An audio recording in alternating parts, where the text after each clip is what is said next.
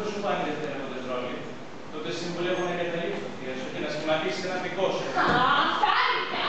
Μάικ, έλα εδώ! Μα τρελάθηκες! Δεν σκέφτεσαι τους γείτονες! Δεν με νοιάζει να ακούσω τους οδόφους! Έλα εδώ σου είπα! Α, αυτή η κατάσταση εκεί είναι υπόφορη! Πανηγέλιος, τι έχεις πάθει? Για στάσου ρε παιδί μου. Δεν μπορούμε δηλαδή να μιλήσουμε μια στιγμή σαν άνθρωποι εδώ μέσα. Είναι ανάγκη να χαλάμε τον κόσμο. Ξέρεις κάτι? Το μεγαλύτερο λάθος της ζωής μου είναι πάω να περνάνε οι ιδιοτροπίες σου και σε καλό έκανα και με δώρα. Νόστιμο κι αυτό! Είπαμε σιγά. Ξέρεις τι πρέπει να κάνω?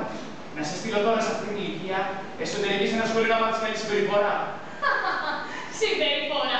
Τι να την κάνω? Για να γίνεις άξια, να στέκεις πλάι. Κοίτα τον ψωροπερήφανος. Μα επειδή πούλησε 300.000 αντίτυπα του βιβλίου του, το παλεύεται. Αυτό δεν έχει καμία σχέση. Έχει και παραέχει. Αλλά έτσι είναι. Γιατί πριν γράψει αυτό το πιστόλιο, δεν είχε πάρει τα καλά ζωέρα.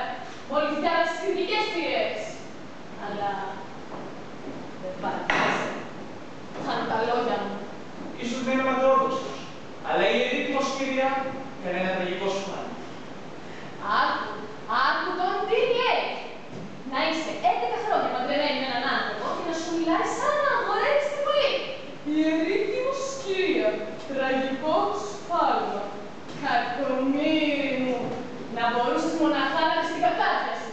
Πούλησες την ψυχή σου για μια επιφυλίδα της κακιάς ώρας. Αν εξακολουθήσεις έτσι...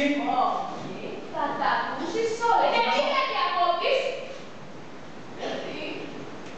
Γιατί μόνο ένας θα τα πάει σε αυτόν τον κόσμο και ας σε ό,τι είσαι.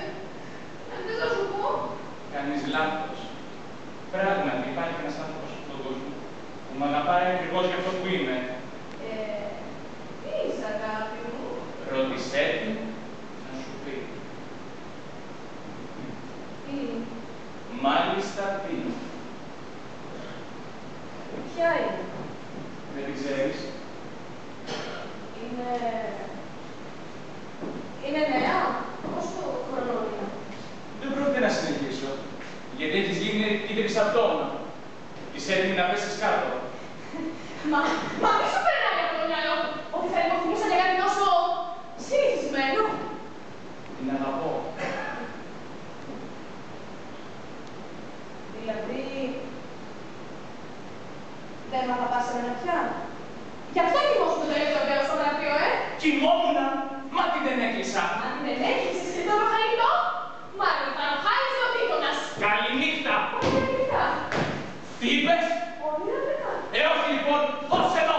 Να με πάρει ο διάβολος να κάνει το κι αυτό! Συμβαίνει. Ροχάλιζε ο γείτονας! Αγνή! Κατάλαβε το. Αγαπώ έναν άλλη. Ξέρω πως δεν τα παίρνεις σοβαρά, αλλά πίστεψέ με. Αγαπώ αυτή τη γυναίκα. Και ή θα γίνει δική μου, ή θα μου στρίψει.